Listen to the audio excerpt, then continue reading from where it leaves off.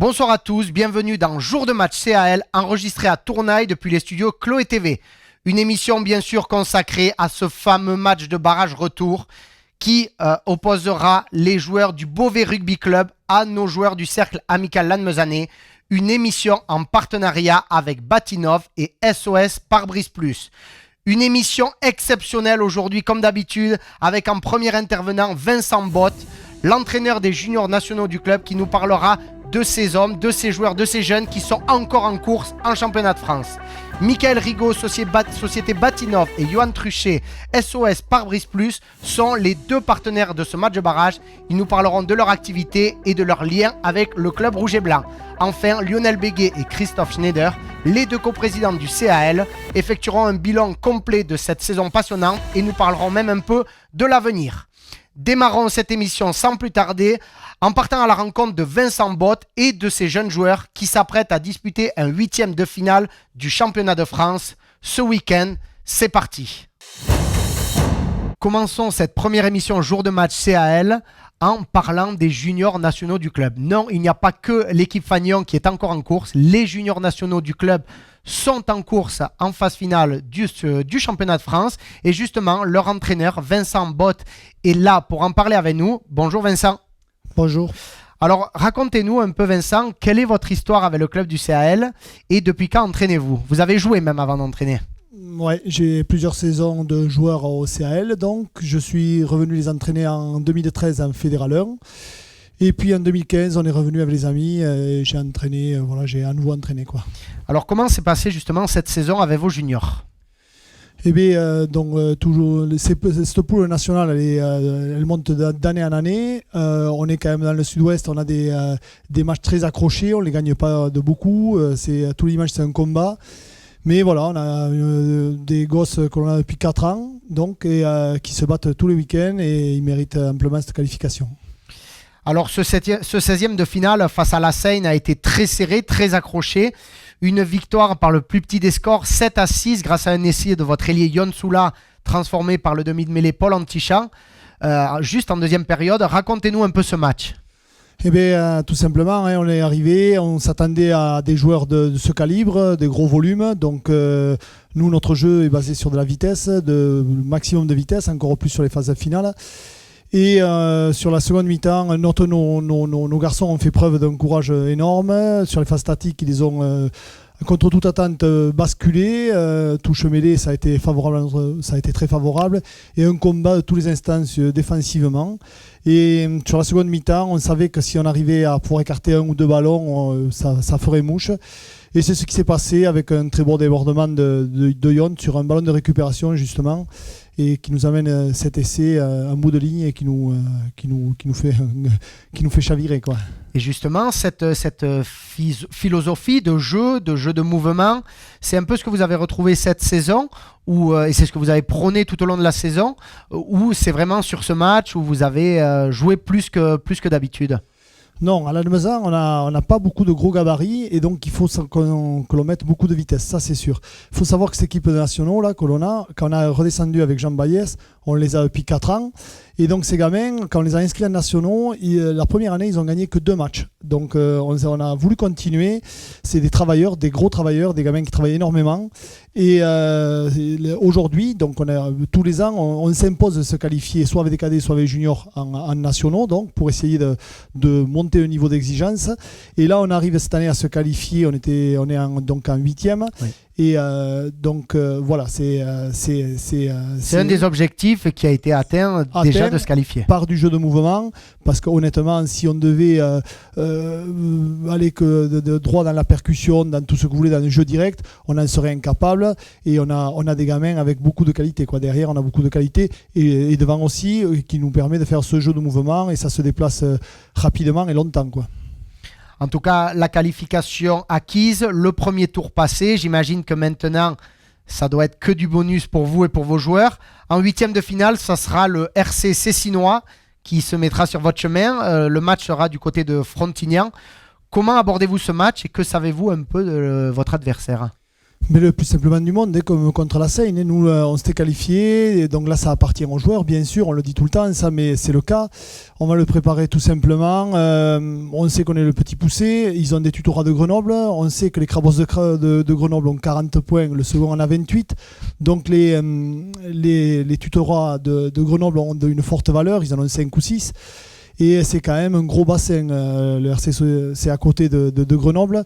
Donc voilà, on ne va pas leur mettre de pression. Ils savent très bien, on n'a pas besoin de trop de leur parler. L'entraînement d'hier soir était très très bien. Donc maintenant, à eux de faire celui de vendredi. Et c'est eux qui ont les clés du camion. Là, nous, on les guide un peu et puis voilà quoi. Alors vous aussi, vous jouez également dimanche. J'imagine que vous aurez quand même dans un petit coin de la tête le match de l'accession de votre équipe Fagnon. En quoi, pouvez-vous me dire en tant qu'entraîneur, en quoi est-ce également important pour les jeunes une montée en National 2? Déjà, on aura le cœur, oui. Dès que le match sera fini, on va vite regarder les portables. Même sur le bord du terrain, je pense qu'il y aura des téléphones qui marcheront pour nous dire l'évolution du score. On est à 300% avec eux.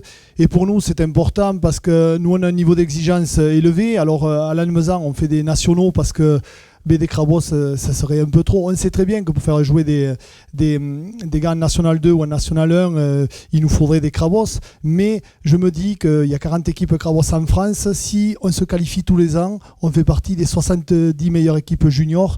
Et donc, on fournira certainement, notamment dans cette équipe, et c'est dessous aussi, puisque maintenant on arrive aux 4 années de travail. Ces garçons-là vont monter en espoir.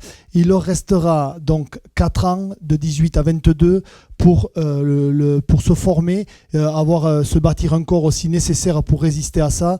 Et là, comme c'est un groupe travailleur, ces gamins, ils ont besoin d'un objectif assez élevé. Les présidents vous l'ont dit tout à l'heure, la nationale 2 les attire. Voilà, il faut qu'ils avancent et puis à eux de se mettre au niveau. Et c'est des modèles, donc je pense qu'ils sont, pour la plupart, ils ont une grosse envie de jouer en équipe 1 de Lannemezan, comme l'ont fait les Dasté, les Gabard, ces gars qui vont arrêter. Et donc il faut que cela prenne la relève, je pense, dans 4 ans. Mais il faut leur laisser le temps, toujours pareil. Eh bien, en tout cas, merci beaucoup Vincent Bott pour ce très joli témoignage. Une chose est sûre, je pense que même à François Sarrat, beaucoup de personnes auront également dans un coin de la tête les petits entre guillemets juniors nationaux du club. En tout cas, tout le club vous souhaite un très bon match. Faites de votre mieux, on fera les comptes à la fin en espérant peut-être dimanche soir une double fête à Lannemezan. Oui, merci beaucoup. Merci. Passons à notre rubrique animation. Bien sûr, vous le savez, comme d'habitude, un repas d'avant-match, mais vous vous en doutez, il est déjà complet depuis ce début de semaine. Repas supporter complet pour l'avant-match. Le club de son côté organise en parallèle un brunch à 10h30 pour le club partenaire sous le chapiteau du stade. Comme à notre habitude, à l'entrée du stade, vous pourrez retrouver le stand boutique pour acheter les produits dérivés à l'effigie du club en rouge et blanc, non pas pour le Beauvais Rugby Club, mais bien sûr pour le CAL.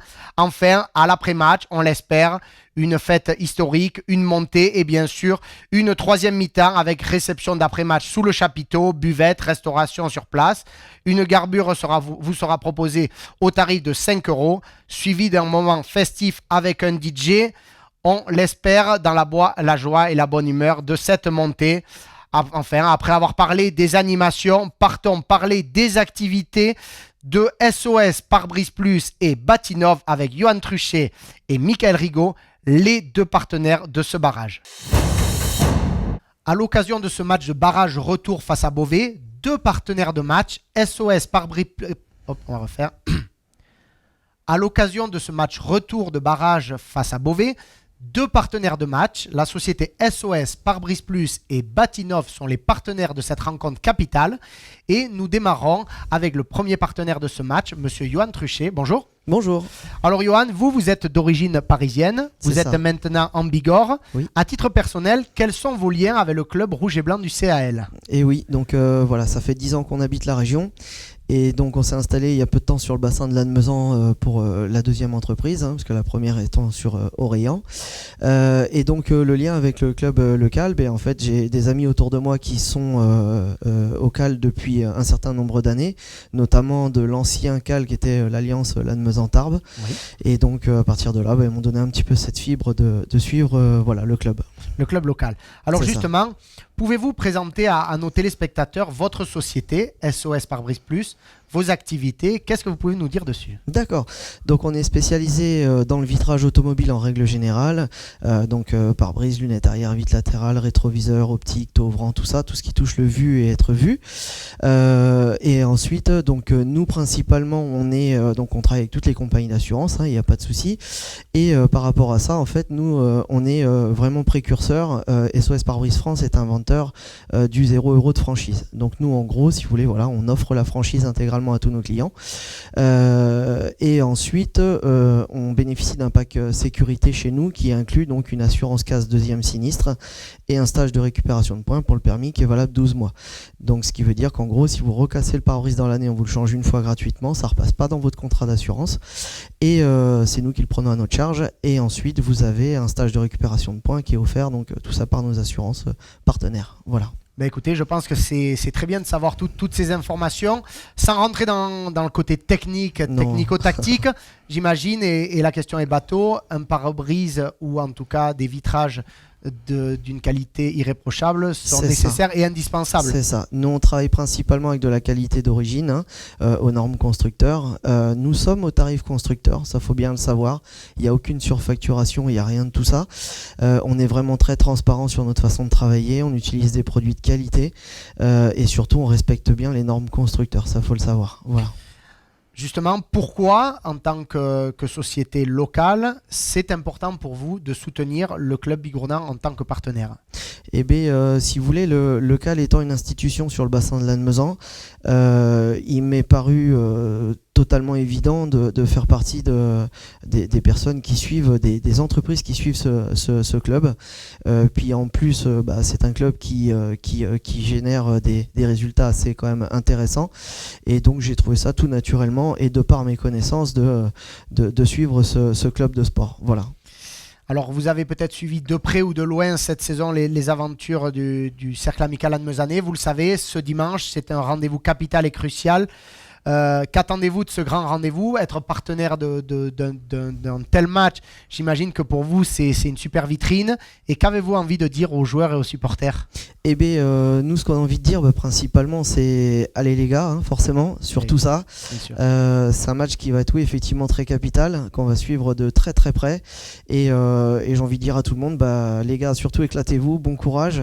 Et puis, allez de l'avant et puis feu, quoi, et vive la victoire. Voilà, c'est ça, allez local. Eh bien, écoutez, merci beaucoup, Johan Truchet, d'avoir été parmi nous. C'est très gentil. Et bonne continuation dans vos activités. Eh bien, merci et bon courage à tout le monde. Voilà. Et feu. On enchaîne avec le deuxième partenaire de ce match de barrage, Batinov Lannemezan, avec son directeur, Michael Rigaud. Bonjour, Michael. Bonjour, Robin. Alors, première question, comme à M. Truchet de la société SOS Pare-Brise Plus, à titre personnel, quels sont vos liens avec le club des Rouges et Blancs? Aujourd'hui, le lien que j'ai avec les Rouges et Blancs, c'est mes enfants qui jouent à l'équipe. À l'école de rugby, depuis combien de temps? Le grand, ça fait 5 ans et le petit, ça va faire 3 ans maintenant. Alors, est-ce qu'ils sont un peu comme le papa? Parce que le papa, c'était pas forcément rugby. Moi, c'était plutôt le handball. D'accord, de quel côté? Moi, de Lannemezan, du Lac à l'époque. Alors, peut-être que vos enfants seront, d'ici une 10-15 d'années, en haut, en senior au SAL. Ils en parlent des seniors du CAL? Ah oui, aujourd'hui, ils sont plus à fond sur le rugby. Bon, c'est top. Alors justement, pouvez-vous présenter à nos téléspectateurs votre société, vos activités? Batinov à Lannemezan, c'est quoi? Batinov à Lannemezan, c'est une entreprise de plâtrerie. Oui. Donc nous, on fait tout ce qui est placo-plâtre, isolation. D'accord. J'ai créé cette entreprise il y a une dizaine d'années à peu près. D'accord.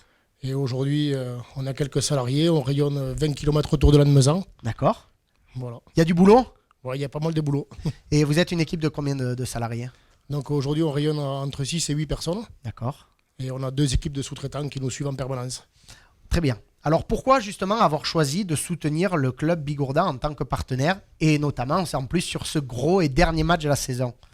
Mais il y a une équipe de dirigeants qui est très dynamique, que je connais depuis nombreuses années. Et on voulait les suivre à notre petite échelle parce qu'ils font de gros efforts et que le rugby, c'est...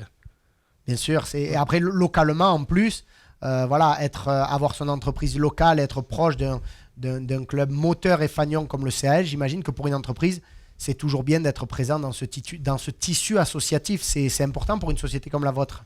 Ah oui, tout à fait, oui. Alors justement, moi j'ai ouï dire que vous connaissiez un peu du monde du côté de l'Aiguette. Vous avez un petit clin d'œil à leur faire. Oui, j'avais un petit clin d'œil à leur faire parce que c'est vrai que là, c'est pareil. Il y a des vraies valeurs. Ouais. Et ça fait une dizaine d'années qu'ils s'accrochent. Et cette année, ils ont fini premier. C'est quand même Vous avez des copains là-bas? exceptionnel. Alors, j'ai tous les amis d'enfance D'accord. qui faisaient partie du CL également. D'accord. Ils ont tous commencé à l'école du rugby pour la plupart, de Lannemezan. D'accord. Donc une bonne école de formation. Et vous ont jamais amené avec eux sur le terrain Alors moi, je les suis plus pour la troisième mi-temps. Ouais, voilà. Et à Lannemezan et à l'Aiguette, et de toute façon en Bigorre et dans le sud-ouest, on sait qu'elles sont très bonnes. Reparlons sérieusement de ce grand rendez-vous de dimanche. Quel message avez-vous envie de faire passer modestement aux joueurs et aux supporters? Je ferai partie des supporters dimanche et j'espère qu'ils vont gagner pour la montée. Ils le méritent amplement. Eh bien écoutez, en tout cas, merci beaucoup Michael Rigaud de la société Batinov d'avoir été avec nous. On le rappelle, Batinov Lannemezan et SOS Pare-Brise Plus, les deux partenaires de ce match de barrage.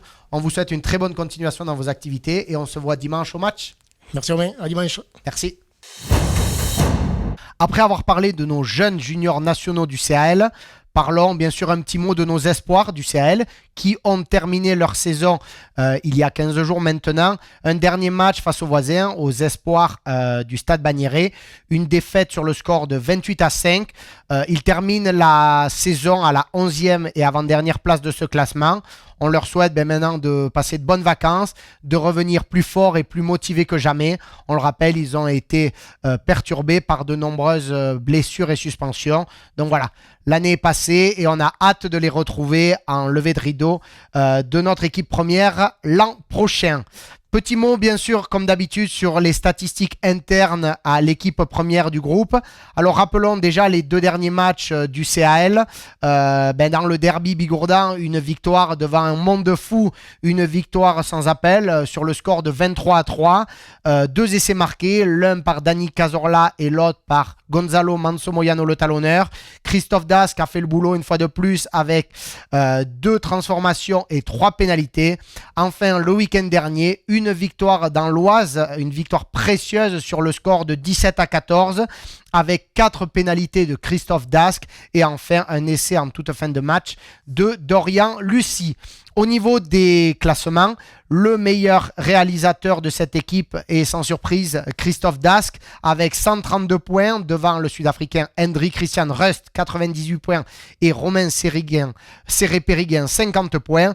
Au niveau des marqueurs d'essai, Gonzalo Manso-Moyano est premier de ce classement devant Dani Cazorla et Mesake Baissagale, notre ailier. Après avoir parlé un peu de ces statistiques, on va aller parler bilan avec les coprésidents du CAL, Lionel Béguet et Christophe Schneider, qui vont nous parler de cette saison passée et des perspectives futures pour les années prochaines. C'est par ici. Terminons cette première émission jour de match CAL avec les deux coprésidents du CAL, Lionel Béguet et Christophe Schneider, qui vont faire un bilan de cette saison et nous parler de la suite. Bonjour Lionel, bonjour Christophe. Bonjour Romain. Alors première question, on va commencer avec Lionel. Revenons sur ce fameux derby bigourdan il y a une quinzaine de jours. Comment s'est passé déjà l'avant-match ? Toute la journée c'est très bien passé. L'avant-match également, les joueurs étaient prêts. Et puis nous, la fête que nous avions organisée avec Christophe et tous nos dirigeants, vraiment s'est très bien déroulée. Et en prime, nous avons eu un grand boss, un grand soleil. Justement, la suite des événements a été belle avec la victoire de l'équipe Fagnon. J'imagine aussi une belle troisième mi-temps derrière. C'était une belle journée du début jusqu'à la fin, Christophe. Ouais, c'était une belle journée avec pour nous un bon match. C'est vrai que les garçons toute la semaine voulaient préparer ce match de la meilleure des façons. C'était un peu la grande fête, comme on dit, de la Bigorre. Ils voulaient absolument remporter ce match, ils ont fait ce qu'il fallait, donc il y a eu beaucoup de monde, beaucoup de satisfaction pour les supporters, surtout pour les bénévoles qui ont bossé dur pendant une semaine. Et après ça s'est poursuivi bien sûr après le match où c'est resté très très tard le soir. Voilà, mais tout le monde était content, tout le monde je pense aussi avait besoin de se retrouver. Comme a dit Lionel, le soleil a fait beaucoup aussi. Oui. Voilà, donc on a vraiment à titre personnel, mais aussi avec tout le monde, passé une excellente journée. Alors justement, à la fin de cette phase régulière, après ces 22 journées, même si vous n'en avez joué officiellement que 20, en tant que coprésident, quel a été votre sentiment à l'issue de cette phase régulière ? Est-ce que le sentiment qui prédomine, c'est la joie d'être dans les qualifiables et d'avoir été chercher cette 5e place synonyme de réception du barrage au retour? Ou est-ce qu'il y a au fond de vous quand même des regrets parce que ces 4 premières places, l'effectif de cette saison avait les moyens d'aller les chercher? Enfin, vu la première phase du championnat, on ne peut que se contenter de cette 5e place. Moi, je pense que c'est un très bon résultat vu la saison. Si nous avions réalisé une première phase aller un peu plus constante, on aurait pu mériter mieux. Mais je pense qu'à l'arrivée, on a décroché la 5e place. C'est la place qu'on méritait. Christophe, tu es d'accord avec le constat? Oui, je suis d'accord avec Lionel. Voilà, on n'a pas été assez constant. Après, on l'avait dit, par rapport au recrutement, par rapport à notre prise de fonction un peu tardive. On savait très bien que post-Covid aussi, ça allait être compliqué d'avoir l'osmose du groupe immédiat. Donc, moi, je suis satisfait de cette 5e place. C'était important, par contre, qu'on finisse 5e pour avoir le barrage au retour à la maison et faire une belle fête pour nos supporters, pour les bénévoles. Pour le groupe aussi, qui se les méritait, et il y a des gens aussi qui vont arrêter leur carrière, donc j'espère que ça sera une belle fête. Justement, ce premier match de barrage, ce match aller, comment vous avez vécu ce très long déplacement, ce premier round avec une victoire qui on l'espère, comptera, cette victoire étriquée, mais victoire précieuse. Comment vous avez vécu ce déplacement? Oui, c'était vrai que c'était très long. Mais fort agréable. On a été très bien reçus à Beauvais. Comme on a vécu, déjà l'organisation a été compliquée. Les joueurs sont partis en carcouchette le vendredi soir à 21h.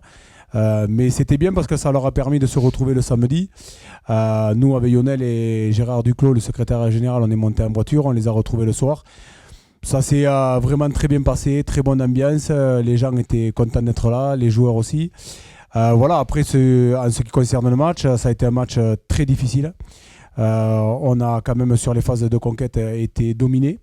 Mais on a fait le dos rond, on a été solidaire, comme on est solidaire depuis les phases de retour, notamment défensivement. Et c'est vrai que sur la seconde partie du match, on a su être efficace, prendre les points quand ils se présentaient.